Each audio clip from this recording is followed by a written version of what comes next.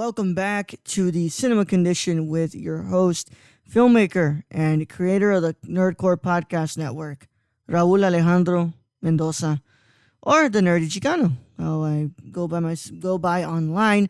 And as always, we are back for another movie with another guest. And today I am inviting a new guest to the rest of the season on this episode, on the 19th episode here. And we have ourselves Charlie Jones, and he picked 1995's Underground. Yeah, Emir Kusturica's Underground from 1995. Yes, sir. So, this is Charlie. He's part of the film club at my university, and he's a pretty cool dude. But I'm gonna let him tell you guys about himself. Yeah, so my name's Charlie Jones. I guess now that AK left, like I'm the most senior officer at the UH Film Club, which is not great, like not a good reflection. But yeah, I'm a history major at U of H. So, and I specifically am studying, I guess like media's relation and understanding media through the lens of history. So a lot of like film analysis and stuff like that. I'm also just like a big movie guy. You can find me online if you end up watching this and you find my opinions to be interesting and you want to engage with them further. My letterbox name is Korkarlen, Korkarlen, which is also a great movie, The Phantom Carriage from 1932. Yeah, man. So, I'm a member of the film club over there. Usually we don't drop the universities we go to here, but Charlie just said, "Fuck it, I want them to find me." So if they find me, they find me. We'll be okay. Yeah. I think I can take them. Yeah. But yeah.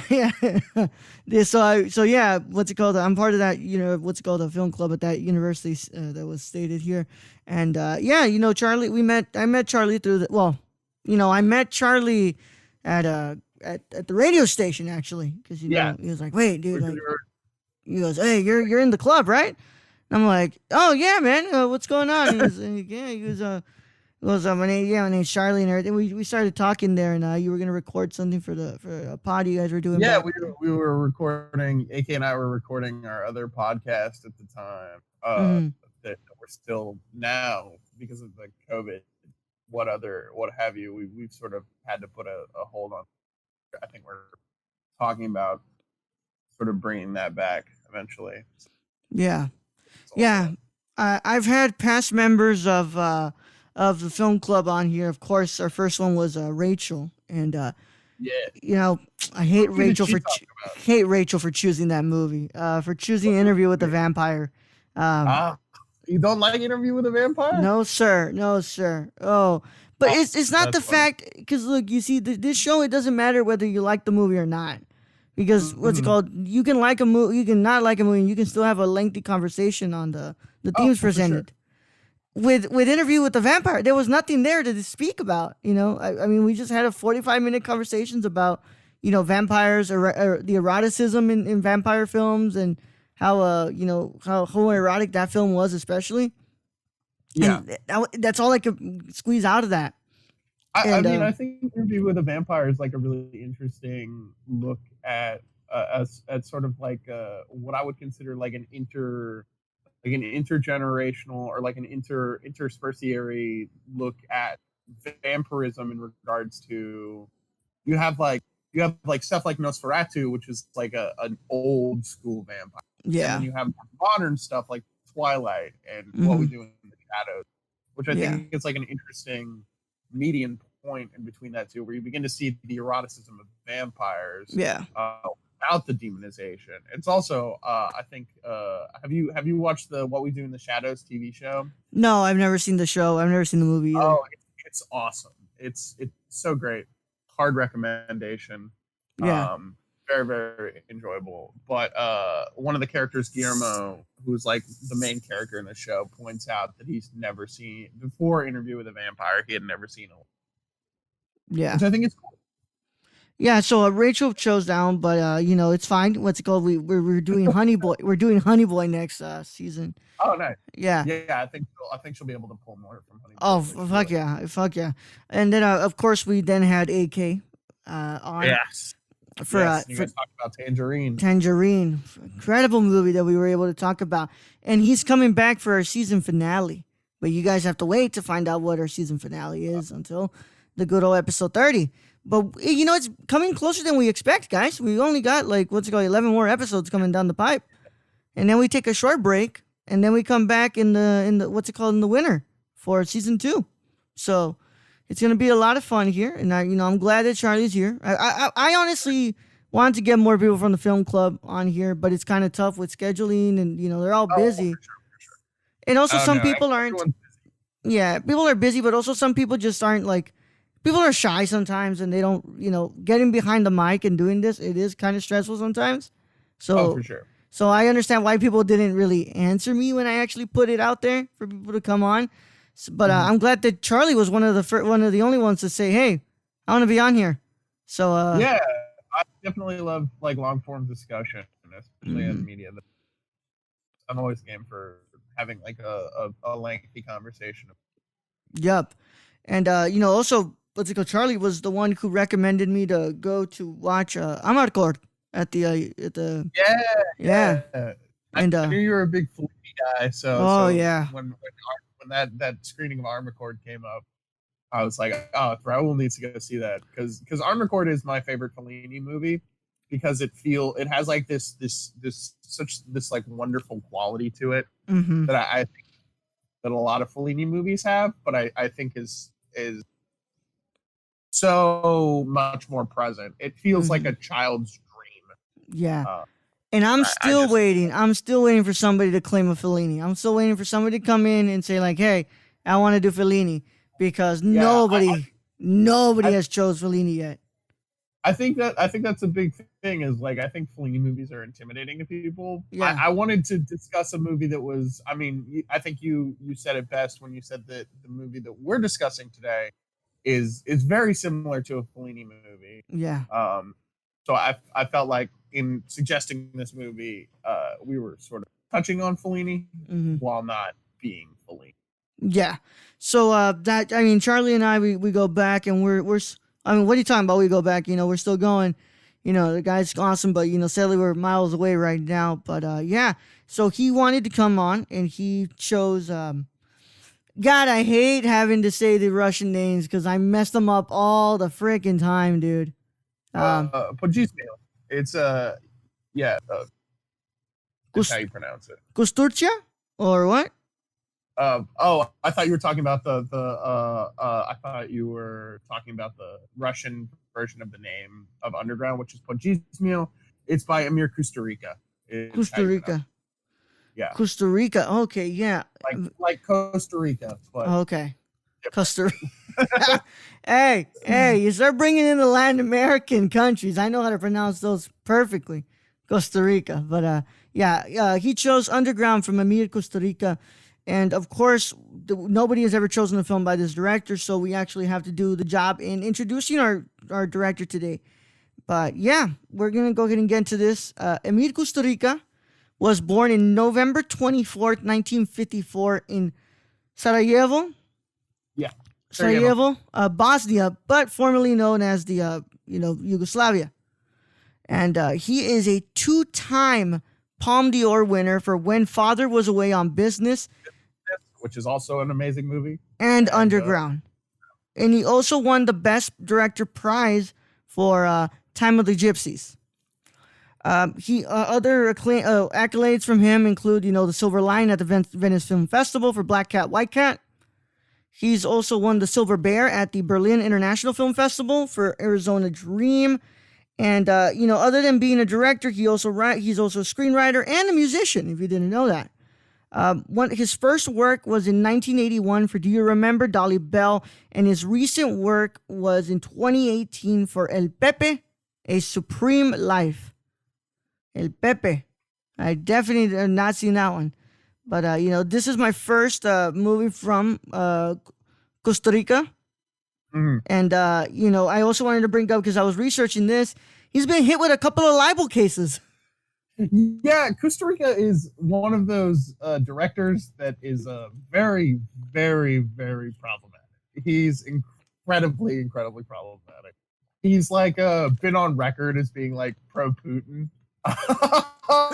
he's kind of a nut, but he's very much like I think that our big problem when it comes to directors and especially as Americans and as an American viewing populace is that so much of our understanding of media is based off of both what we consume and what we understand from abroad.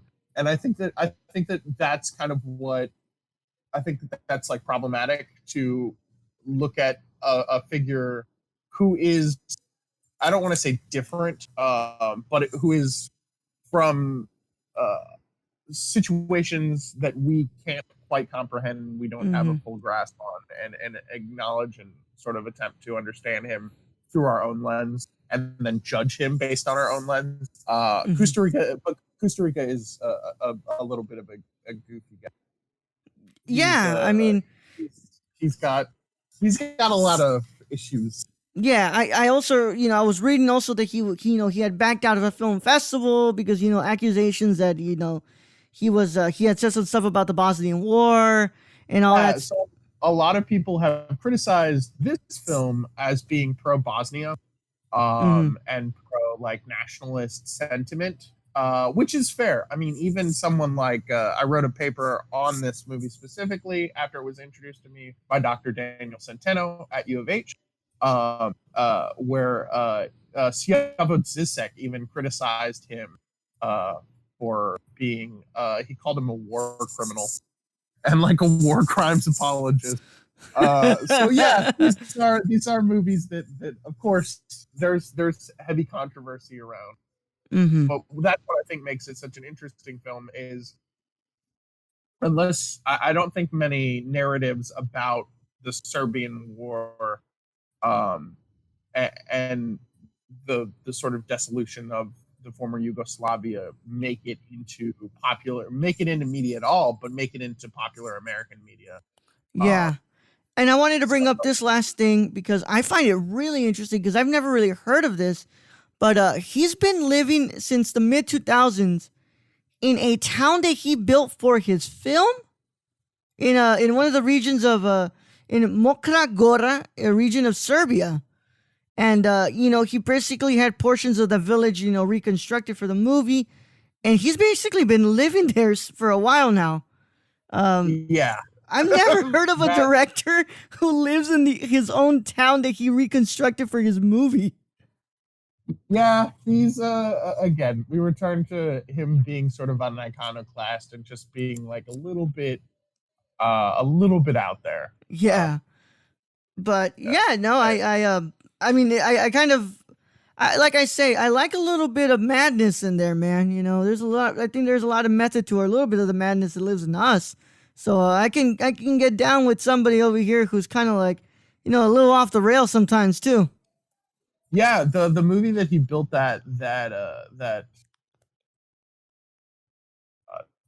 small town for, Devenggrad, is I haven't seen it yet, but I've heard very good things about it. It's from his 2004 Life is Emir, which is currently available on Movie.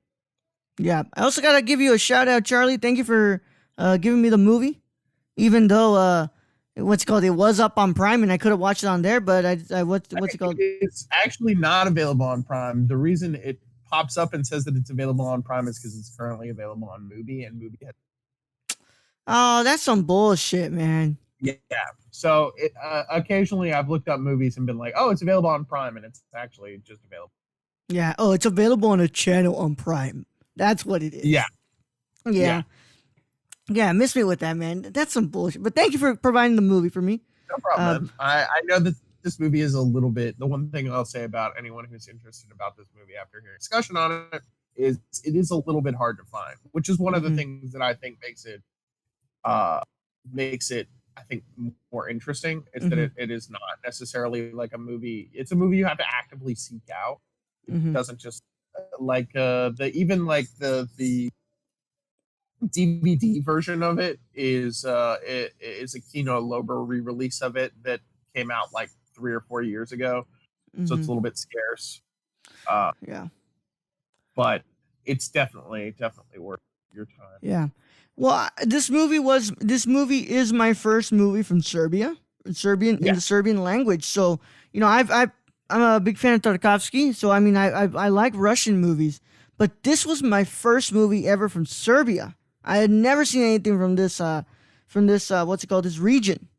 yeah. So It's the Balkans is mm-hmm. the area that it is, and some of the movies that end up coming out of the Balkans, i.e., you've got your stuff out of Belarus, you've got Kusturica in Serbia, former Yugoslavia, Mm-hmm. even some Polish films that come out that's like getting into the Balkan there.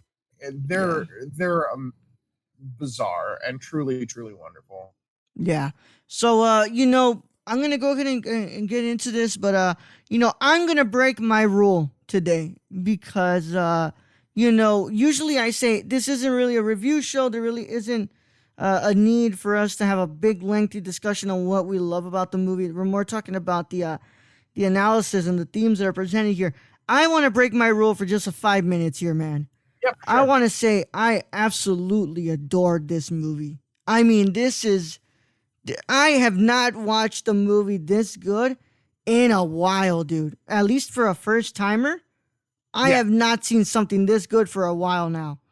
Oh, I it completely catches you off guard. It's a Yeah. movie you know nothing about and don't expect to know anything about going into it, and you completely get caught off guard by from literally the second it starts. Yeah. The Like, opening is, I think, one of my favorite things in any film ever because it is so incredibly loud. yeah. So I want to give you guys a little picture because what's it called? A lot of the movies we've done on the Cinema Condition have been, rewatches for me. The last time I watched a movie that completely floored me and completely swept me off my feet for this show was Blind Spotting for episode number 4 of this podcast. It's been 15 episodes since I've seen a movie that's really caught me off guard like this. And this one was incredible. I mean, I texted, I messaged Charlie and I said, this is literally what I feel like Fellini would have made if he would have ever made a war movie. And it's incredibly stylized. It's incredible music, great performances. And I've never seen anything like this. I haven't seen anything like this for a long time already. I haven't watched anything that's, caught me this off guard before. Yeah, it's I think so when you were talking earlier about, you mentioned the music in this movie, and I think that's a really interesting point to bring up. Yeah. Goran Bregovic's score is literally dominates the movie. Yeah. Like, there is not many people that I know who have watched this movie end up coming out of it and having a headache because of how loud the music is in it, and I loved that fact about this movie. Like, I love how incredibly loud this movie is and how incredibly it's nearly 3 hours long, but it is so, like, it never feels like the scenes never hold. It's just I also think that we should mention we watched there is a 5-hour version of this movie. We watched the 3 hour or it's like 2 hours and 40 minutes. 2 hours and 50. Yeah. It's it is initially was created. The film was initially created as a mini series called There Once Was a Country, which is it is we're sort of going forward and discussing the themes of the movie, but it is about the idea of nationalism and eventually the destruction and dissolution of and national identity. Yeah. But it's so you mentioned that Kusturica is a musician. Kusturica now tours with Goran Bregovic band, which is the No Smoking Orchestra. So he literally used them in this movie, grew to love them, and then became part of the band, which I think is hilarious. Yeah. So, I mean, I want to thank you for choosing this, man. Like this truly caught me off guard, and it's up there. It's one of my favorite foreign language films for sure. This was credible from start to finish, and it was very, very interesting. So, if you've never seen Underground, I mean, I guess I got to bring it up. This film is about two friends, and their journey through three parts of this movie, and three important periods. You have it during the Second World War, you have it during the Cold War, and then you have it during the Yugoslavian War, Yugoslav wars. And this movie presents a lot of really interesting themes. One of the ones that I really explored the most throughout this was that friendship and the brotherhood that all these people kind of felt with each other, and how easily he was Marco was able to manipulate that. Oh yeah, it's incredible, like the sort of intricacies of friendship and how you're able to love someone yet also horribly manipulate them. So I guess we should we're not like I don't know how you prefer to do things, but I say we go by part. So for sure. So we'll do part 1, and we'll go we'll do part 2, take the break, and then finish part 2, then come in for part 3, and we'll end it. So okay. Part 1 is basically just with Second World War. Marco and what was his name again? I can't remember. Blackie. Blackie. Now his real name, his name in the story is Peter, but everyone calls him Blackie. Yeah, Blackie. They're like two rogues, two like gangster type characters who end up getting sort of ingrained with the Communist Party shortly before the First World War or Second World War, and then eventually during the bombing of Belgrade, which is where most of the film takes place, that would eventually turn into Sarajevo. And then they become, Marco takes the people to his underground bunker. Basically creates a whole factory of making weapons, and Marco is the only one who lives outside of the bunker with Natalia, and that's the whole premise of the first part. So Marco and Blackie are very you really can't separate them. I mean, they even become closer once his wife dies. Blackie's wife dies. And giving birth to his son, and like these two are people that you would think that they couldn't double cross each other, but there was one really interesting line that I find, and it is in the third part, but it kind of does relate to here. It goes, "A war isn't a war without brothers killing brothers," and Marco and Blackie, they're brothers. I mean, they're more than friends. They look out for each other more than anything, and you could see them as brothers. Which is what I think is so interesting when you look at Marco's relation to Ivan, his actual brother, and how strange and odd that relationship is. Because Ivan is developmentally disabled, Marco has essentially freed himself from that sort of brotherhood. And you later in the film, that war isn't war without brothers killing brothers, truly comes into fruition. Yeah, but then you see, Natalia's relationship with her brother, and she really loves her brother. She loves him a lot. Sadly, the brother, we don't really see much of him anymore after they try to escape, because he probably gets killed. And but you see how she absolutely loves her brother. She's willing to do anything she can for her brother. But Marco kind of just wants to be free from that responsibility of taking care of Ivan. Yeah. Yeah, and it also it shows you the Underground. Go ahead and go, Charlie. Oh no, I just love so much of the theming of this film. I think that it's so great. I think that the interactions are very heightened. I think you really get a full expectation of what the film is if you watch the scene where Blackie is loaded into a loaded into a trunk with a live grenade, and it like expands, Yeah. like it explodes and expands like a like a Chuck Jones cartoon. Yeah. It's you see, when that happens, I was like, oh God, please tell me he's not gonna drop the grenade. I was like, that sucks, but at the same time, you can't help but laugh because, like, dude, that was the one thing you need to make sure that you didn't fuck up. Like, you made sure you didn't drop a grenade. You had nothing else to do in there, but make sure that grenade wasn't gonna drop unless they were gonna capture you. What's the one thing he does? He drops the grenade. No, it's the film is. I think that we should also mention that the film is like through and through a comedy. Like, it is not like a hard drama, because it does deal with incredibly very, very difficult and very, very like heavy emotional concepts, yet maintains a sense of humor of what it's about. Yeah, but I think it's necessary when you're talking about some of this subject matter, because, what's it called? I mean, I go back to Tarkovsky, right? What's it called? Work like, the what's the name of that film? Last one was The Sacrifice. The Sacrifice. Yeah. Sacrifice. It's depressing through and through, and it's so hard to get through it. It's amazing. It's an amazing piece of art. That's also just Tarkovsky. Yeah. Where you're like, don't get me wrong, I am like the first guy on Fendi. I think that he's like the definition of like the Russian auteur.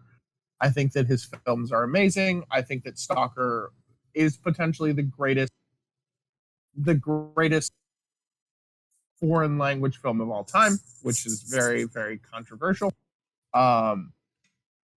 I think that what it attempts to discuss is incredible. But I also think that not everyone needs to see that movie. I think that it is an incredible emotional undertaking. I think that it is at times very confusing for people who aren't interested in what I would, in the theming, in the discussion, and what it attempts to bring forward and discuss. But I definitely think that it is a masterpiece. It's a masterpiece, but it's presented like, it's just presented so depressing while we have this movie. Yeah, which you have a discussion on the idea of the dissolution of an entire nation, the sort of internal strife that eventually crumbles a nation, and how do you understand that? Where do you go from there? Yet is presented as a giant farce and as a comedy. Which I think is hysterical. Yeah, it's hysterical.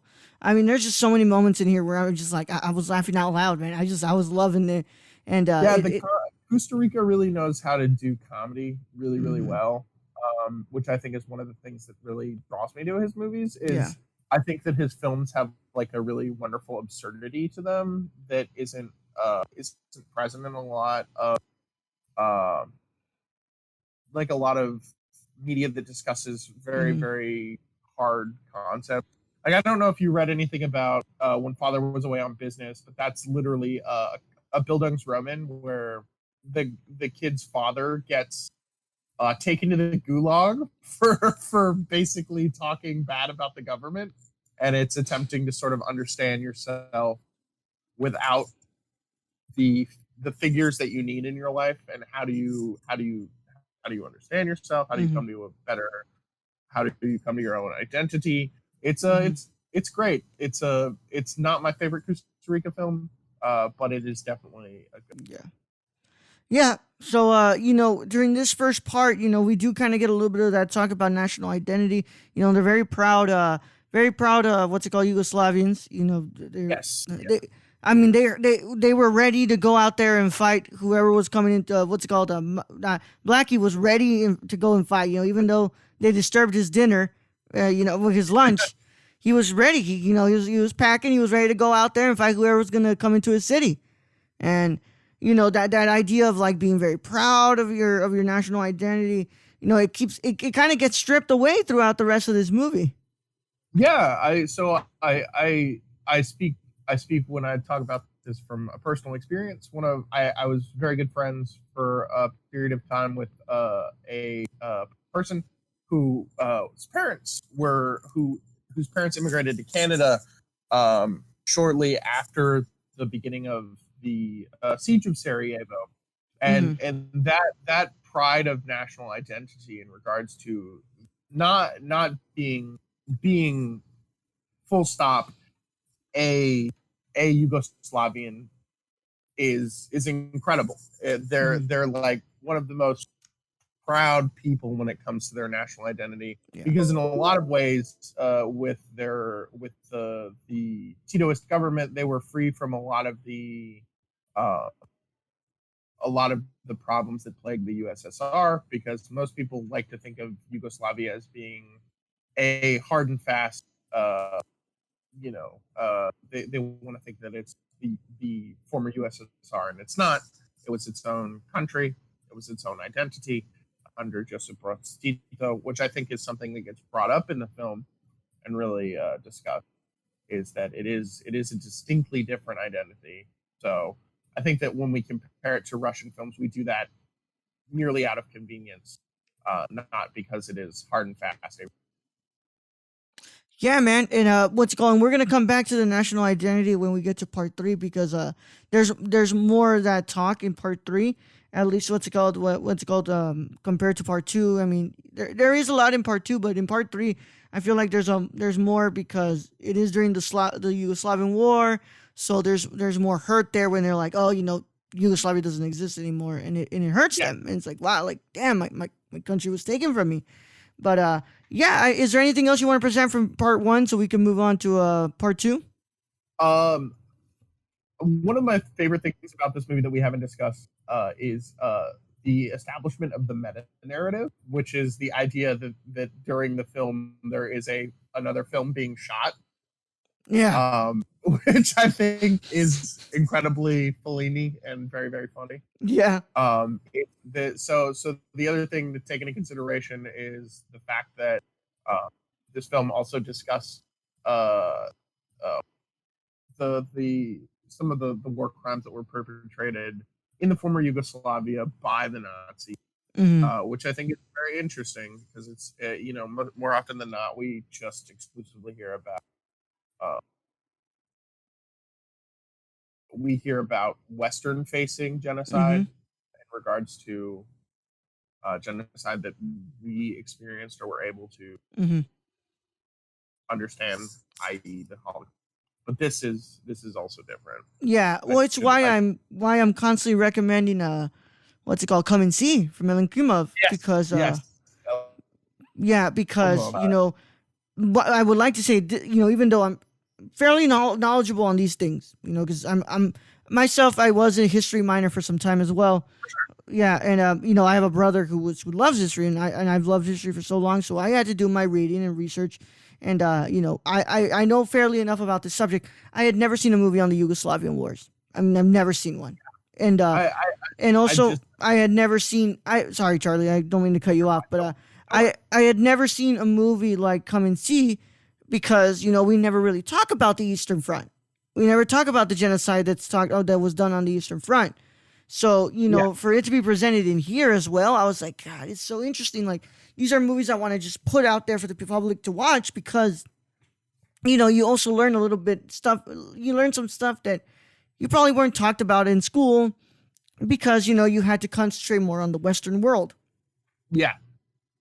Oh, definitely. I think that there's a problem when it comes to our understanding of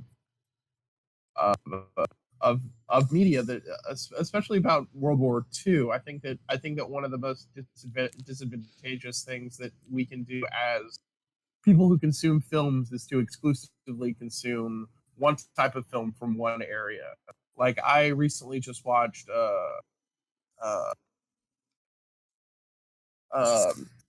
I'm trying to remember the guy's name. Alexander Solokhtukin's 2019 film A Russian Youth, which is a discussion on on Russian identity, not during the Second World War, but rather during the First World War. Mm-hmm. And while my criticism of that film is, you can, if it interests you, I have something up on my letterboxd about it.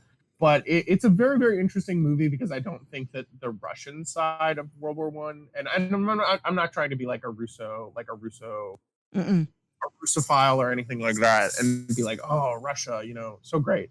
But I definitely think that one of the best things you can do is attempt to get a full understanding of the conflict. Yeah. And I should also just say, A Russian Youth is visually an incredibly beautiful movie. Mm-hmm. Wow, it reminded me. I want to recommend it to everyone who liked 1917, because it is, I feel, like a Russian comparative, and it is the film stock that they use in that movie should be the only film stock that exists, because it is stunning. All right. Well, let's go ahead and move on to part 2, Cold War. And, this is where everything kind of has advanced more. So the Second World War has ended, but the people who are under the bunker do not know that. And Marco has been keeping that from them. While outside the bunker, Marco is seen as a war hero, and Blackie is presumed dead, and they make a statue for him. And what's it called? Marco has basically married Natalia. Yeah, and we kind of get into some really interesting stuff here. Marco basically is stealing labor from these poor people who are living under his home. And by the way, you really got to bring this up. There's people living in that bunker who have never seen the outside world. I mean, quite literally, that is a plot point in regards to Jovan. son. Mm-hmm. Yeah,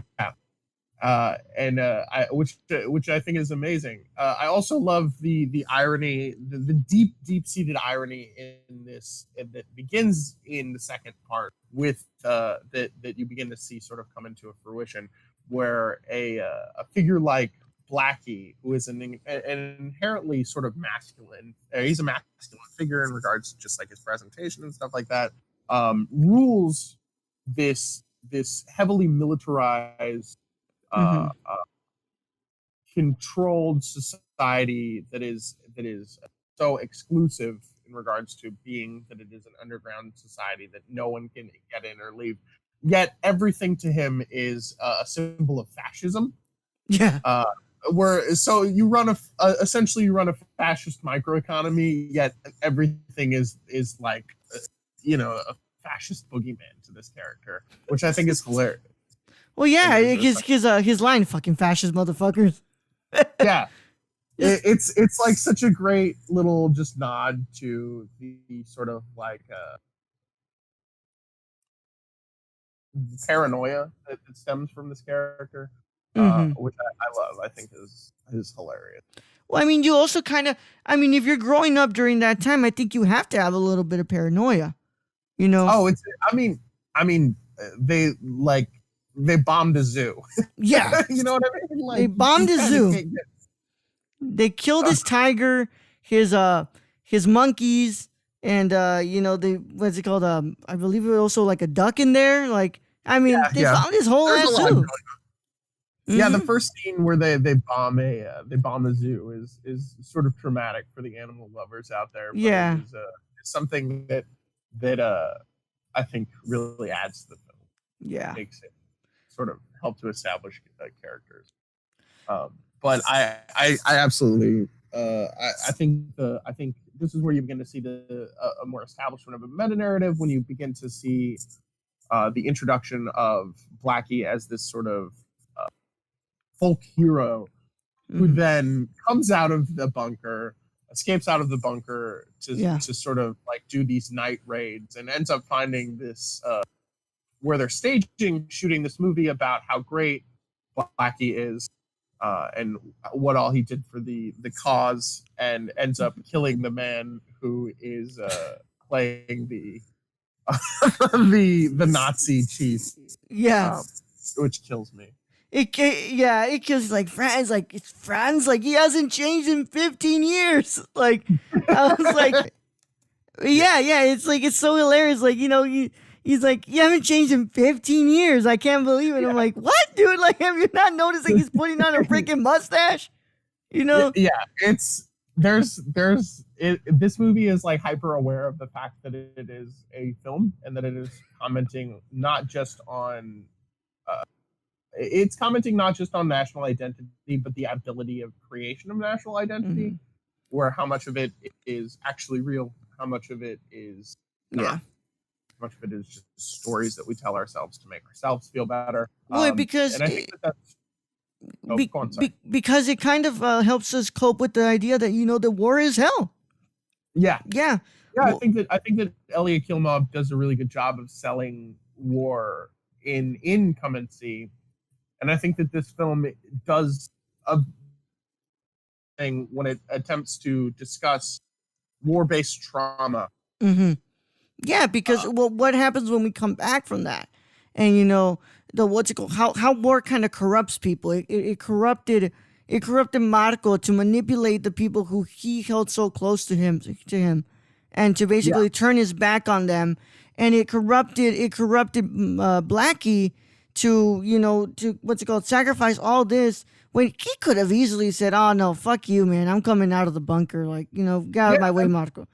That's the other thing that I think that is so great about this film is it's such a, I think that it pulls a lot from the writings of Bertolt Brecht, especially something like Mother Courage, which is a direct to anyone unfamiliar with Brecht.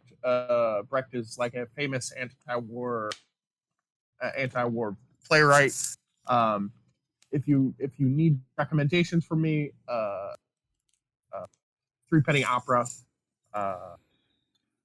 Mother Courage, and Man Equals Man, which are all fantastic looks at the sort of corrupting nature of war. And he's also like a very famous like pro-humanist writer. He's great. I love it. But you see a lot of similarities when you analyze Brecht and when you look at Kusturica, especially Underground, where it's a lot of humor and a lot of attempting to understand deep personal trauma. Yeah. And we will come back to discuss the rest of part 2 and part 3 of Underground 1995. But first, you need to listen to these wonderful commercial breaks that are made by some wonderful people who podcast over at the Nerdcore podcast feed. And yeah, most of them, those are made by me, but there's also some other people who have shows on this feed, on the feed. So when we come back, we'll continue our discussion on Emir Kusturica's Underground. But for now, let's go ahead and get into a commercial break, guys. Hey, I'm Raul Alejandro Mendoza, and this is Jabril Newton. And we are the hosts of High Flyer Radio. And finally, pro wrestling has come back to the Nerdcore podcast feed in the form of a show hosted by Jabril and I. And we talk about everything and anything in the pro wrestling world on Mondays at 3 p.m. Central Standard Time. Nothing's off limits. Whatever you guys want to talk about, it is from AEW to SmackDown to Raw to NXT. Nothing's off the table. We can talk about it. We're going to talk all about it. And if you can get it a day early, you should go to the www.patreon.com/thenerdcore and pledge to the tiers on there so you can get this show and a lot of shows days early before anybody else gets to hear it. But enough talking about it. We'll go ahead and see you there at the Squared Circle. Oh, yeah. Don't tap out. Tune in. Hey, it's Ashley from the Gamer Core. You may remember me from such episodes as Big Screen Mess, Mo Money Mo Platforms, and Brad Can Read. Tune in weekly as I blab with my co-hosts Raul the Nerdy Chicano and Brad the Random Germ about the latest news in gaming and gush over what we're playing at the moment. Oh yeah, and we got the deals too. Keep up with the latest deals in gaming and what's happening as I mediate Brad and Raul fighting like a married couple. Will Death Stranding ever come out? Will Cyberpunk 2077 live up to the hype? Is a next-gen worth a $500 console price tag? And has there ever been a movie adaptation of a video game that's been done right? It's all on the GamerCore podcast, everywhere where podcasts are. Hey everyone, my name is Raul, the Nerdy Chicano, and I am the host of The Impaired Files. The Impaired Files is a interview show brought to you every Thursday on the Nerdcore podcast feed. And I interview people such as filmmakers, content creators on YouTube, and podcasters like Colton Geschwander. And if you want to listen to that early, a whole week early, all you gotta do is go to the Patreon and pledge to the $1 tier. And if you want to listen to it with the general public, then go to the Nerdcore podcast feed on anchor.fm/the Nerdcore. And the case is closed, but it's not classified. See you guys there. Hey guys, this is Brad, aka Young Yoda. Raul said I had to make an ad, so that's what I'm doing.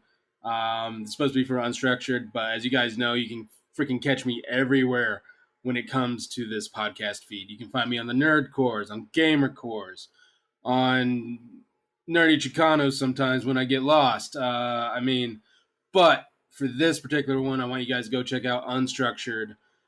The Raul gave me free reign to do whatever I want to do. I don't know what he was thinking. So go hear me talk about LeBron James and Taco Tuesday, vaping, so many other freaking weird topics that chimichangas, that's a good one. Shout out to Deadpool. And yeah, I guess this is the end of the ad. So if you guys want to find me, you can find me all over the place on this podcast feed. Anyways, thank you guys for listening. I love you all. And nerd up. Hello, guys and gals, and you're listening to The Ladies of Nerdcore. I am your host, Daniela Nunez, and along with my amazing co-host, Ashley Garcia, we discuss many things like social impact, pop culture, political realms, and any controversy surrounding the Nerdverse. Tune in and listen to us bi-weekly on the Nerdcore podcast feed, and we will love to chat and hear your thoughts on our wonderful show. And thank you again for listening to The Ladies of Nerdcore. What's up, everybody? It is me, Raul, and I'm one of the hosts of the Nerdy Chicano Show. The Nerdy Chicano Show is a comedic show brought to you by Luis and myself, and it comes to you all every Sunday on the Nerdcore podcast feed. You can catch it a day early by becoming a Patreon and supporting us at the $1 tier. And I don't really know how to explain this show other than it's fun.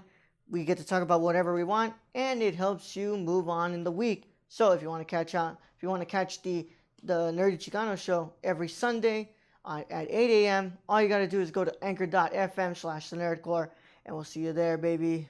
Hey everyone, I'm Raul. And I'm Brad. And we're the hosts of the Nerdcore Podcast, the podcast that talks that nerd. Not on this ad, right? And we come to you every Monday, Tuesday, and Saturday. On the Mondays, we talk the news. That's the box office, the news of the week, and your trailer talk if there is any. And on Tuesday, we have our theme review. And on Saturday, you have a Saturday morning review, usually movies that have come out in the week or anything we want to talk about. Right, Brett? Exactly. Whatever we want to talk about, this is our show. If you don't like it, then you don't have to listen. We're the flagship show of the Nerdcore podcast feed, and we can be found everywhere you can listen to podcasts like Stitcher, Apple Podcasts. So if you want to talk that nerd stuff with us every Monday, Tuesday, and Saturday, make sure you tune in. And Brad? Young Yoda out. All right, welcome back. You're back from commercial break, and we are here with the Cinema Condition, and we're discussing Kusturica's Undeground. And I want to say thank you guys for listening to that wonderful commercial break. You know, you can go and support all those shows on the Nerdcore podcast feed at anchor.fm/nerdcore. Or you can also, find all those episodes early, in this show early, by going to patreon.com/nerdcore.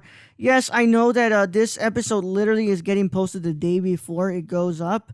And yeah, I'm really sorry. Usually I'm really, really good with having episodes up a week before, at least with this show. But scheduling was a little bit hard for this one, and that's fine. That's mostly on me. I apologize for that, y'all. I had a member of my family. Nah, don't worry about it. That's fine. I have a feeling that we're going to have the same situation with the next guest, but not the same situation as yours, but the same situation with scheduling. But it's all good. At least it's up earlier than, literally 2 minutes before the day it goes up. So, you guys still have it a little bit early for Patreon supporters. And yeah, I forgot to give some love to you guys. Thank you for listening to the episode with RB3 last week. We talked Spike Lee School Days. I want to say that was possibly in my top 5 episodes of this podcast so far of the season. I had a lot of fun talking with RB3. I mean, RB3 is one of the people I bless you. I admire RB3 a lot, and I thank him so much for what he was, what he brought to the table with School Days and what we were able to discuss. And I can't wait to have him back next season for Boys in the Hood.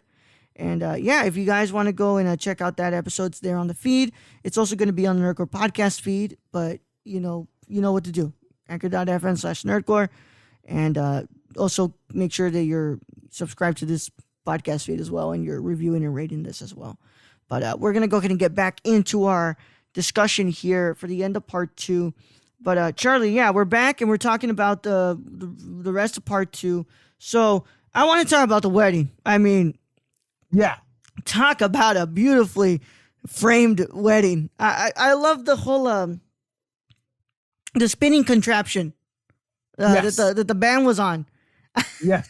It was making me a little bit nauseous, though. It was making me a little bit nauseous. Yes, that's fair.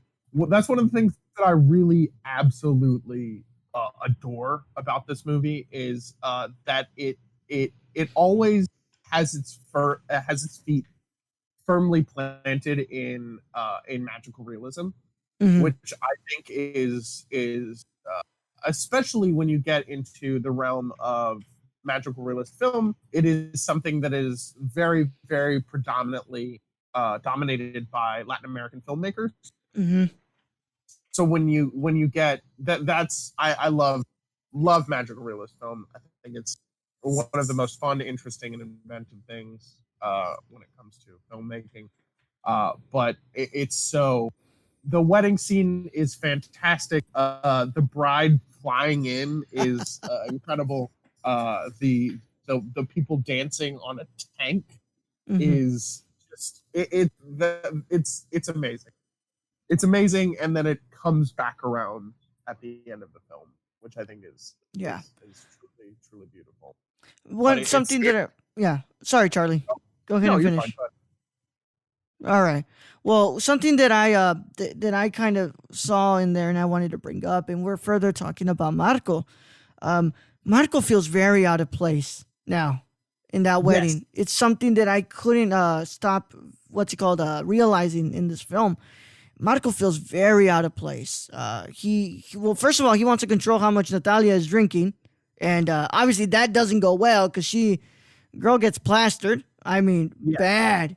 She got drunk as hell, and Marco kind of feels kind of guilty that he feels kind of out of place. It's why he decides to shoot himself in the legs instead of actually killing himself. But, throughout this whole time, he seems to be very out of place. He seems uncomfortable because I think he's starting to realize that, dude, I'm stealing from these people. Like, I'm making these people suffer for no damn reason. Like, they can get out of this bunker already. They can live their lives the way they wanted to live it. And they don't have to worry about a war anymore. But instead, I'm here making money off of them. Kind of, profiting off their back. And basically, Marco has become the thing that he hated in the beginning. He didn't like that people stole from others, from their work. And he didn't like that, basically people were coming over to try to take over his city. And he basically has created his own city in the bunker that he seems to be ruling over everybody else. Yeah, it's a question of, like, why is it acceptable for a foreign, why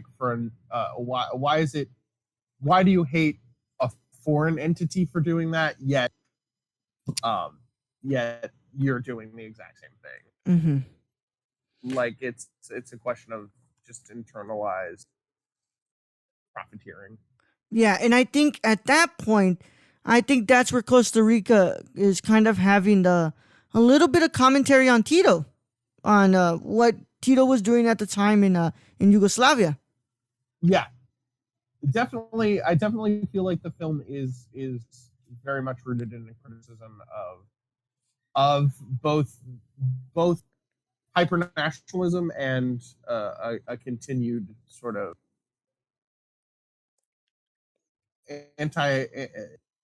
anti-governmental streak. I mean, it's Kusturica. He's a very he has anarchistic tendencies. He's a Oh, you can he's one of tell. he's one of those smoke and mirrors guys. He's like everything is fake.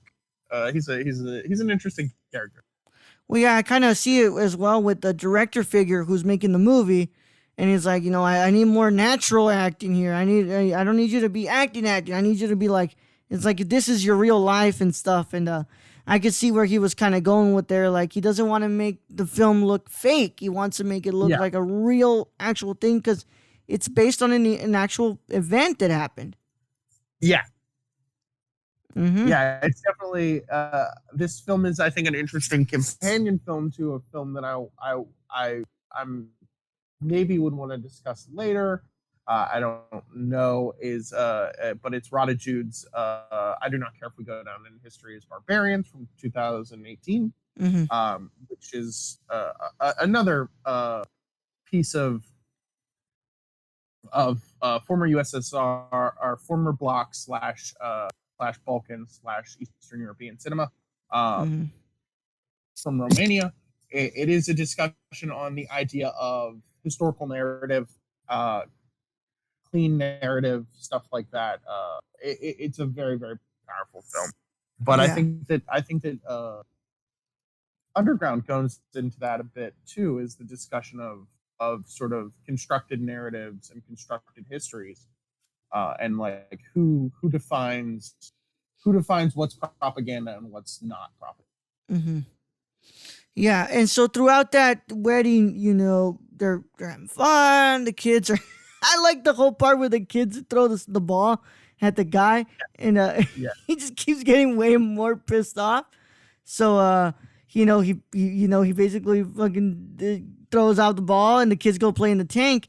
And during this moment, I wanted to bring up something. I thought those kids were going to be the ones who were going to, blow up shoot the tank. To fire the tank. Yeah, no, unfortunately, this movie has the good sense to establish earlier a Chekhov's gun very, very early and then have it pay off. Yeah. Which is every cell in my brain was firing at once and was like, I want to see the monkey in the tank. And they introduced the tank. And of course, the monkey gets in the tank. Yeah. Because why wouldn't the monkey get in the tank? Yeah. So you end up with the monkey basically causing the crumble of the society, this established society under it, when he fires a hole through the tank and people start to sort of flee this controlled underground civilization to see that the world above them isn't actually destroyed, or is to an extent going to be destroyed because it's about to undergo the Yugoslavian civil war. Yeah, and I also wanted to bring up something else with Blackie, is that it was interesting because Blackie and Marco, they obviously have a lot of respect for each other. They love each other. It's why it took him so much to decide to not kill him when he finds him with his girl and with his wife. But it's interesting that he's able to kind of go against his orders to not go out of the bunker. He's like, nah, screw it. Tonight we're getting out of the bunker. We're going to fight. Like, screw what Marco says. At some point we have to decide for ourselves to forget about these orders and just go fight. And it was really, really interesting because it seems that what's it called? It seems that Blackie holds his country above his love life. Yeah, he's very much a product of hypernational. Exactly. He's like very much this astute. I think that he is representative of like this sort of hyper fanaticized, suppressive masculine identity, where it's like there's nothing more proud than to be a Yugoslavian male. Yeah. So he's a very the characters in this movie are incredibly interesting. Yeah, for sure. Especially Natalia. I mean, she keeps on saying, like, you stole my youth from me, you took my youth from me, and now look where I am. I basically don't care about any of you two. Like, I basically have to get drunk just to, speak my truth about you guys. But, in the third part, she confesses that, she did actually, like, love Marco. She loved him. Yeah. But there's still that sense of her wanting to break out of all this. That she wished that she would have had gone off with Franz and been, the wife to a German Nazi, and, to have her brother take care of, because the brother was going to get taken care of, which is really interesting because, the Nazis did in what's it called, send disabled people to the concentration camps. But obviously that this guy had something for, loved, Natalia, so he wasn't going to send her brother away. Yeah. But, and then you kind of see her when she's being taken away by Blackie. And also, I just love that line. Women in revolution don't mix well. Let's go ahead and leave her here. Yeah. Yeah. I love that. I was like, oh, I shouldn't be laughing at that, but damn it, was that funny, man. No, there's definitely a lot of like what I would call. I mean, this is a movie from 1995, so it has that inherent sort of cultural sexism in it. Yeah. But it is also one of those things where you see two hyper nationalistic, hyper masculine characters. These are characters that fight and bicker about who is a better man. Yet they're in love with this woman because she represents, I guess, hyper femininity to an extent, and it's very, very absurd and very fun. Yeah. So in that moment, when she really could have left, and I don't think Blackie would have stopped her, she decides to go back. Yeah. And it's kind of, in a sense, like, us as humans, we really do want to break out of these situations, but the easiest things that we can do is to just go back, stay where we were at. Like, it's easier than having to face the idea of leaving where we're at and kind of going forward. Instead, we kind of retreat to what we know best. I definitely think, to an extent, Natalia is a sort of analogous character for former Yugoslavians, where it is an idea of, okay, the former Yugoslavia had its problems, but I want to return to that. You know what I mean? Like it had its faults, but at least we were capable of self-governance. At least we were capable of identity. What does it mean to no longer have that identity and to no longer be this creature? Yeah. And to be this part of this identity. Yeah. So. And so what's it called? Blackie and his son escape, and Sonny, the monkey. I was more concerned of where the monkey went than where. No, he was just vibing. Yeah, the monkey was great. I love the monkey. But yeah, he was vibing. But they leave and they kill Franz and two actors, and because they thought the war was still going on, and they thought these were actual people. And it's funny. It's like, like, what's the smoke for? And it's like, I don't know. They're like, I don't know. It's just smoke. And one of my favorite parts in this movie was the swimming lesson, because you see Blackie go back to who he was at the beginning of the movie. He was a husband that was cheating on his wife, but he wanted his wife. He still wanted his wife, and he still wanted that kid. So to see him just go back to that primal thing of being a father, of teaching his son how to swim, and not, even though he says, like, he gets on his nerves, he still loves his kid. He still loves his kid. I definitely think that there's I think that you mentioned earlier that someone is going to end up talking about Last Black Man in San Francisco, and I think Last Black Man in San Francisco has a really wonderful line in it, which is, people are more than just one thing. And I think that line is something you begin to see in a lot of films, or just can see in a lot of films anyway. And that's, I think that Blackie is a character that is so representative, because he is throughout the movie so obsessed with the idea of father.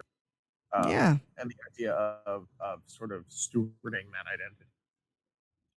Yeah, and he teaches him how to swim. He constantly educates him, like, no, that's not jellyfish, even though that was jellyfish. That was, yeah, like, dude, no, what? And like saying, like, oh no, that's not a horse, that's a deer, and because he understands his son was down there his whole life, he doesn't know about what's out here. So yeah, he gets on his nerve, and you can tell it's kind of frustrating him, but at the same time, it's like he finally gets to put that aside and be like, you know what? I'm going to be a father to my kid. I'm going to teach him how to swim. And he, after this, he still dedicates his life to trying to find his child. Yeah. So, yeah. Sorry, Charlie, go ahead. Oh, you're fine. It's definitely, I think that to one of the things that I've seen criticize these characters is that they're very one-dimensional. And I feel that that's for most of these characters, it's very, very. I think that there are very few one characters.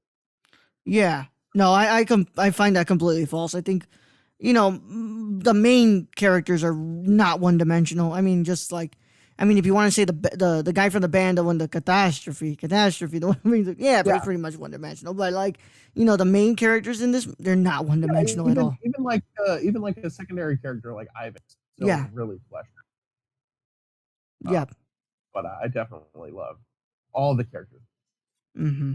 So we finish up part 2 with Yvonne drowning, and I find that, like, once again you bring up the whole magic realism, and I love magical realism films, but I also love magical realism literature. It's why Gabriel Garcia Marquez is one of my favorite authors. He is my favorite authors, and you have that part where Jovan is met by his wife, because the wife had went down the well, and obviously she died.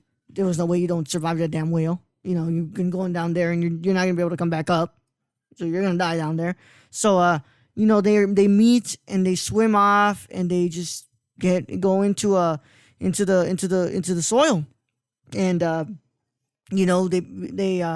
I found that to be really interesting. It's one of my I was one of my favorite pieces in that film too. In the film, it was one of my favorite scenes. I love seeing them just kind of swim off. I think that the respective death in this film, because a lot of characters do end up dying. I think that the death of Ivan and his wife is very, very interesting, when compared to spoiler alert, the later death of Marco and Natalia in Act 3. Yeah. Because it is, I think that despite the fact that Kusturica does not identify as a Christian, or does not identify as someone who is influenced by Christian understanding, he cannot escape using Christian imagery, which is you have these two, for lack of a better term, completely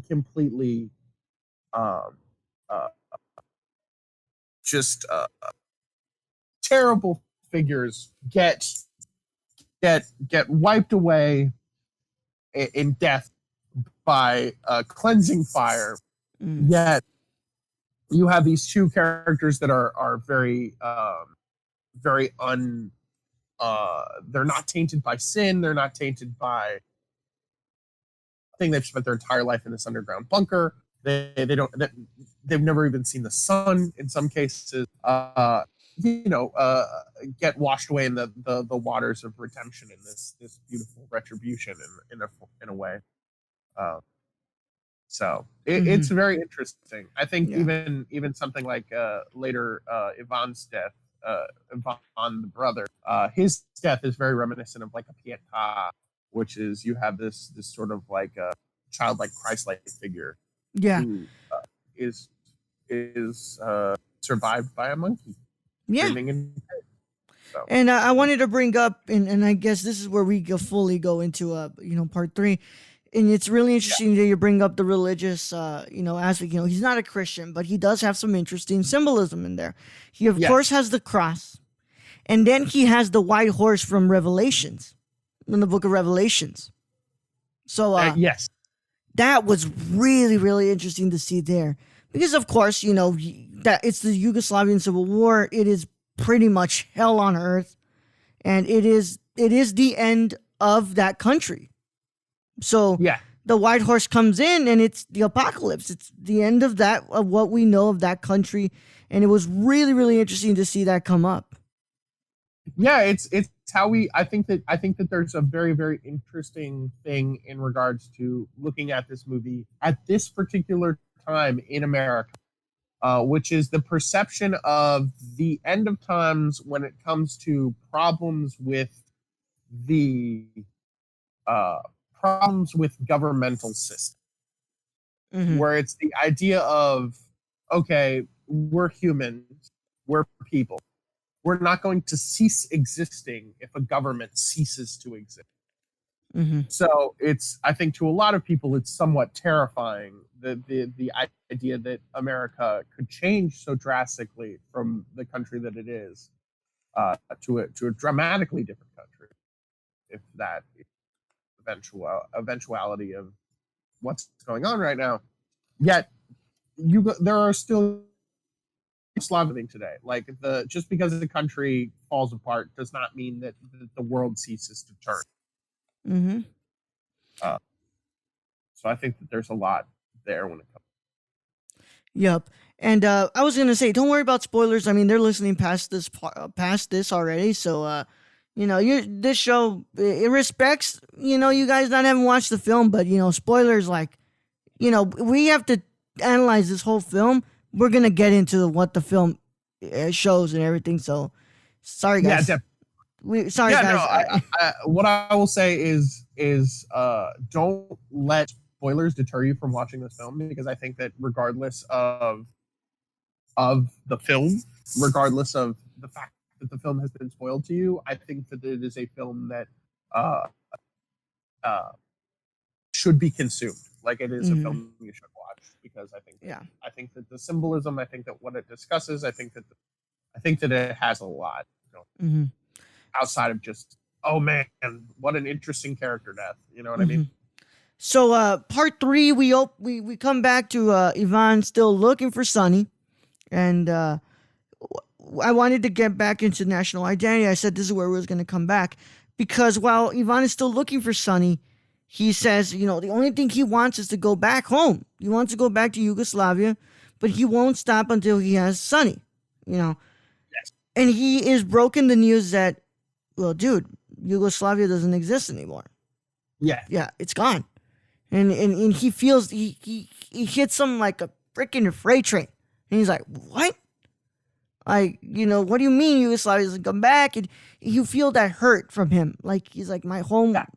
Not only was my home bombed, and I had to live in a bunker for years after that, but now the country that I was born in, that I have created my life in, has now been stripped from me. Therefore, I am going to have to get another national identity, and my identity will not be accepted anymore. I will not be seen as Yugoslavian anymore. I'm going to be seen as either Bosnian or Serbian, Herzegovinian. Yeah. But I think that the other thing that is so interesting about that particular reveal, I'm on a fucking podcast call. What do you want? Dumbass. I hate her. Sorry, that was my sister. Don't worry. I just got to write a note like around 25. I have to cut. But yeah. Okay. Yeah, I apologize for that. She was like, "Who are you lecturing?" But yeah, no, I think that what separates that is like not even that it's not even like it's stripped from him in a way that he can't even argue. You know what I mean? Like, he can't even attempt to fight for that national identity anymore, because that national identity is like, it's it gone. Doesn't. Yeah. It's not even something you can fight for. Yeah, it's gone. It's completely gone. It's been it's been stripped from you. It's it just doesn't exist anymore, and that has to hurt, man. It has to hurt. I mean, it's like that's where you grew up. That was your your home, and now for it to cease to exist, of course somebody Ivan would react like that. Yeah. So Ivan does find Sonny. One of the best things about this movie is that he does find the damn monkey again. And finds a monkey, and he is told that Marco is now a arms dealer, and about all the terrible things he did, and he doesn't want to believe it, but he has to, because he does see Marco in the act of being an arms dealer. Yeah. And this is where we get to the stuff that I think is going to be the interesting analysis, because Natalia is not there, and everybody leaves, and Marco is riding off in his wheelchair, and Ivan finds him, and he starts beating the shit out of him, and until he is unconscious. And this is supposed to be where the brother kills the brother, and he tells him, hey, Jesus is looking at you, God is seeing, he will punish you, stop doing this actually hurts and stuff. But sorry, I got something stuck in my throat. I'm definitely not cutting that part out.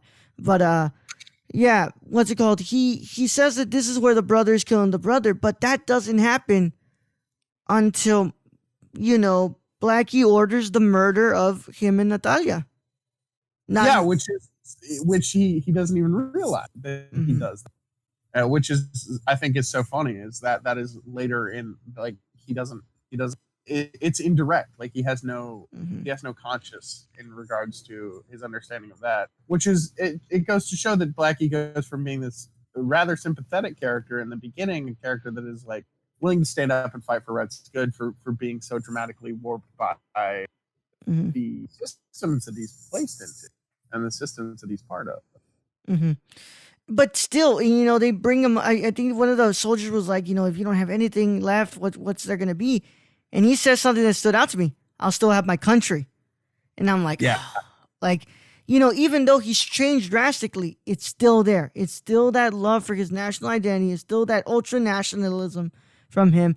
And he's like, if I don't have kids, if I don't have a wife, if I don't have anything left, I still will always have my country to fight for.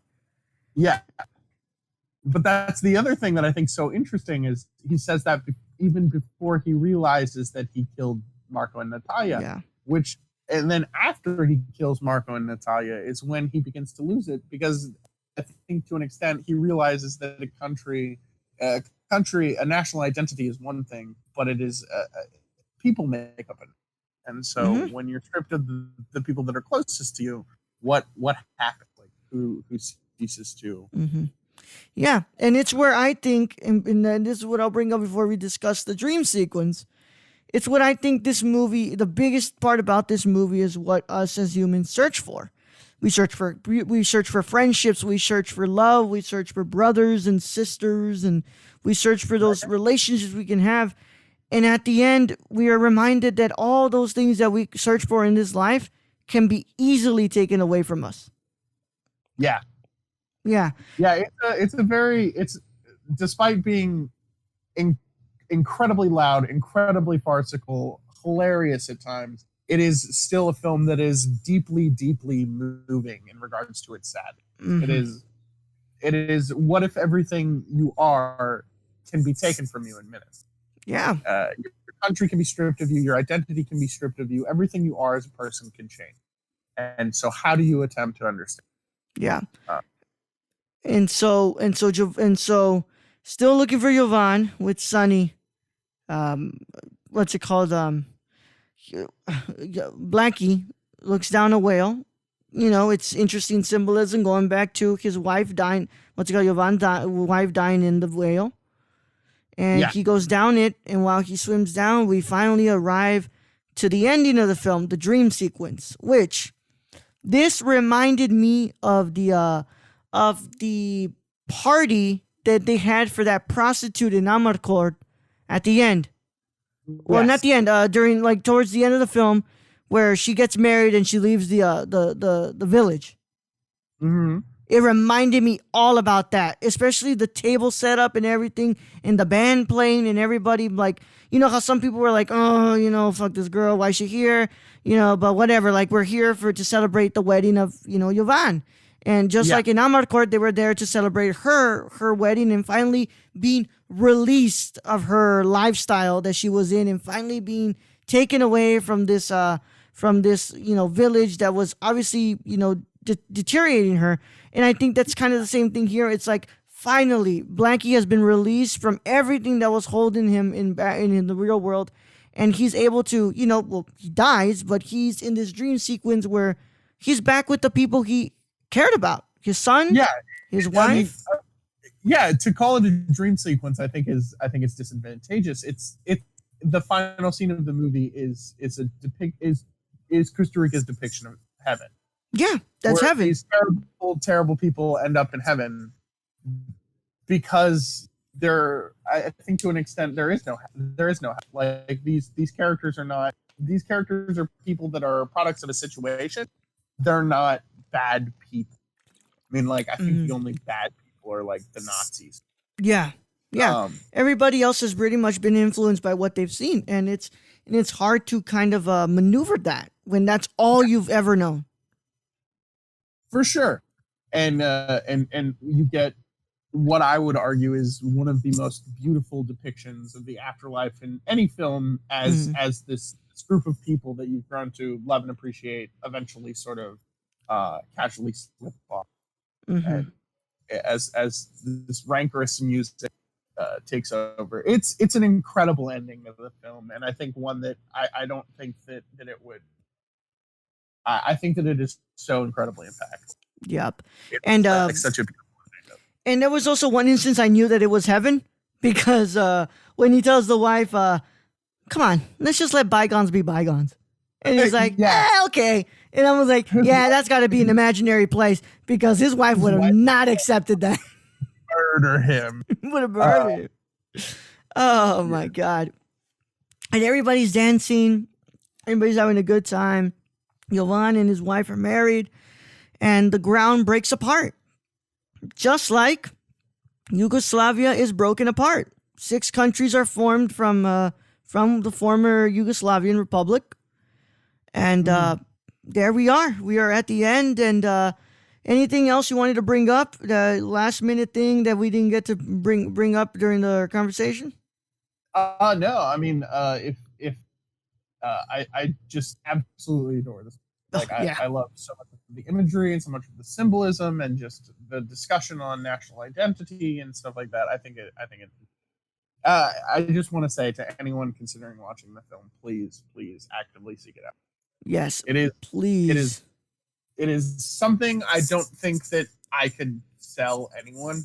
I think that you just have to. It sells itself. I still have the file. If you can literally message me on Twitter, ask me, I will send you the file. Please watch this film. I mean, it's been a while since I've had to literally plead you all. But yes, please watch this film. I think I have not seen anything like this in a while. Yes, a 2 hour and 50 will what's it called? Kind of influence you to not want to watch it. But I really do recommend you to watch it because those 2 hours and 50 minutes go like that. They really. I've watched longer movies, and this film does not feel its length in any way. Yeah, it's kind of like La Dolce Vita. Every time I watch the Dolce Vita from Fellini, those 3 hours go like that. I mean, they go that like fast. So that is our conversation on Undeground from Emir, Kusturica. I know I'm saying it like the country, but sorry, Kusturica. So that was our discussion, and I had a really wonderful time with Charlie. Charlie, you are definitely coming back for season 2. I might even bump you up to 2 slots, but I'm happy to do however much or. And your friend that you recommended me, I sadly could not squeeze them into this season because somebody ended up calling their slot that I had reserved for them, but I am reserving them for season 2, so they will be coming on for season 2. I think so. Harold will definitely listen to this, but I think that you and Harold would have an interesting discussion. Yeah. because I think that you guys share a lot of similar opinions. Yeah. So I will definitely reach out to them, and they will be coming on for season 2. But before we can leave, I mean, you're in the hot seat now, my friend. We gotta do. What is one movie you want to recommend for the public to watch other than Underground? Okay, so if you're from the Houston / the Texas area, I recently, like 2 nights ago, watched a movie called Student Body. It's from 1981. It's a horror parody, pre-Scream, scary movie, pre a lot of other things. But Raul, are you familiar with Zaz, Zabram Zucker, Zucker, Abrams, and Zucker? They did It's not ringing airplane movie. They did. Hold on. Zabram? Zucker, Abrams, and Zucker. Zucker, Abrams, and Zucker. Zucker, Abrams, and Zucker. They did what? Okay, these. They did the Kentucky Fried Movie, The Naked Gun, Airplane, Top Secret. I think Naked Gun is the one that's kind of ringing a bell here. You know, I watch a lot of crap, bro. Like a lot of stuff, so it's hard for me to remember everything. So Zaz is like they're well known for their sort of Midwestern humor. That Student Bodies to me felt like a Zaz movie from Texas. Like the humor is very Texan in a way. And I absolutely adored it. I'm not normally one for parody movies. I'm not normally one for horror parody movies. But a lot of the humor was really, really, and I enjoyed. I definitely think that it's a movie that no one has ever heard of. It was filmed in Houston, and it was actually like filmed at junior high school in Bel Air. So it's a cool little movie. I definitely recommend it if you're from the greater Houston area and just want to see what Houston looked like in the 1980s. Similar movie to that would also be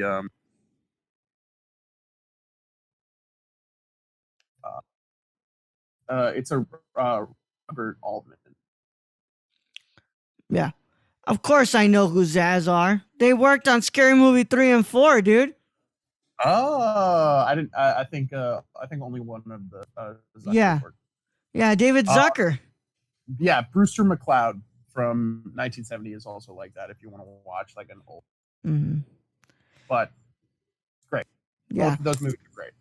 So now the other part is the part where you might disappoint somebody, because we've had a lot of people claim movies that others wanted and they absolutely hate them now because they took the movie they wanted to do. And we are here to listen to your pick for season 2. For my second pick, I'm also gonna go ahead and pick a weird former Russian movie that very few people have seen, but I'm gonna pick 2019's Beanpole. Beanpole. It's just came out. I can't remember who directed it, but it's the director is Katamir Balagov.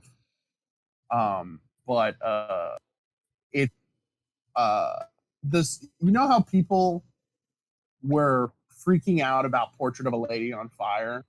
That was me with this movie, where I felt like I had walked out of something that I had never seen before. Yeah, it was so incredible and so powerful. And I feel like I see a lot of low-rated reviews of this movie from people that I know, and I feel like we watched 2 different movies. Because like even my friend Harold was like, "It's okay, it's an anti-war," and I'm like, "It's so much more than." Yeah, it's a lot. It's a very, very interesting movie, and it brings a lot of very interesting things to the forefront. It is also a film that deals with nationalism and Trump. Are you sensing a pattern? yeah. But Beanpole will be his pick, And Yes. I've added you to the list right here so I don't forget. I had to go back and listen to a couple of episodes because I couldn't remember what people picked, but now I have them all nicely organized here because season 2 is going to be stacked, guys. I mean, if you guys are able to go back and listen to what we've got right now, and I can give you guys what's called a list on the end of the season and show you guys what season 2 is going to have, but it's going to be quite the season. I mean, we got some really good stuff in here and stuff that I think we're going to have a lot of interesting conversations about. And some films in here that I definitely have never seen. So, yeah, I'm excited to see your take on Beanpole. Yeah. I definitely think that it's a completely different detraction from Underground, but Underground is in my top 10 films.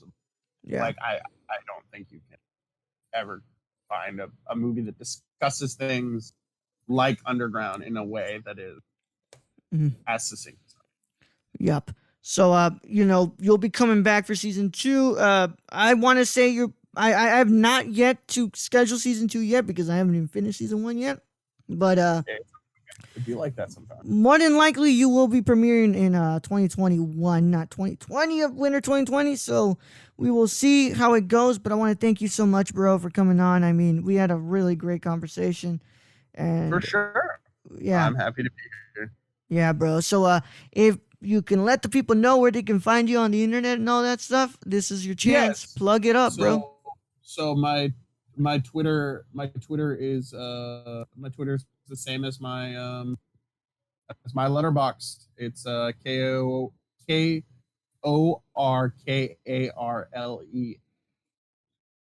Cork Island. Cork Island. Yeah. Which is so I said it at the top of the show. I'll say it again. It's a weird little movie from 1921 that's also worth your time. All right. So Instagram, Twitter, letterbox. Yeah, you can find me pretty much anywhere. Cork Island. Yeah, I like it when you keep it like that simple. One simple. What's it called? Handle for every single thing. Yeah, And that's I try not to spread too much out, just so that way anyone who's interested can find. Yep. And as always, you guys can find me at the Nerdy Chicano on both Instagram, Twitter, Letterboxd, all that wonderful stuff. And make sure you guys are checking out the nerdcore.com because we have all podcasts on there. You have your recommended viewing from all the episodes of the Cinema Condition up on there. I'm working my way to putting a lot of movies on there that we've covered for the recommended viewing. Also, I have started to upload my reviews for my 75 Films from Asia challenge. And yeah, I'm at number 3 out of 10 that I need to write right now. So they're all up on the site. So far, we have Mamoru Hosada's 2009 film Summer Wars and his 2018 film Mirai up on there for my review. And I'm currently working on my In the Mood for Love review from Wong Kar-wai. So Okay, so if you're doing that, I have a recommendation for a movie you've never heard of. sadly, my friend, all my list has been already pre-selected. I have all the movies already, but That sucks. yeah, dude, I started this challenge in the beginning of the year, and I barely have 10 movies done. So, there's more reviews to come. But you can drop me the recommendation. I'll watch it. I'll take your word for it. Yeah, I'll also just recommend it to anyone on this Shuichi Teriyama's Pastoral to Die in the Country. Mhm. Masterpiece, absolute masterpiece. Yeah. Apart from Hausu, the greatest film that has ever come out. All right, man. So, with that being said, anything else off here to gonna bring up? It's just reviews, Patreon if you want to go and get these episodes a day early, weeks or day early. It depends on when scheduling allows it. And hopefully, cross your fingers, my friends. Next episode, we will be inviting Sabrina Ramirez from First Cut to discuss Charlie Kaufman's Eternal Sunshine of the Spotless Mind. Oh man, We're going to cry and we're going to talk about how terrible it is to feel heartbreak next episode. And with that being said, my friends, it's been a fun time discussing with Charlie. And like I said, I don't have an outro, but I do remind you guys, the Cinema Condition was created because cinema is a commentary on the human condition. and what it means to be alive.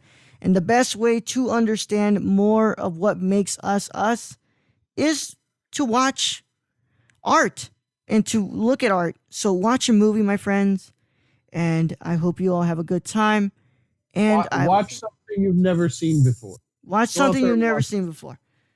Do what Charlie did to me. Have somebody just send you a movie and you're like, okay, I'll watch it. And have a good time with it. We'll see you guys on the next episode. For sure.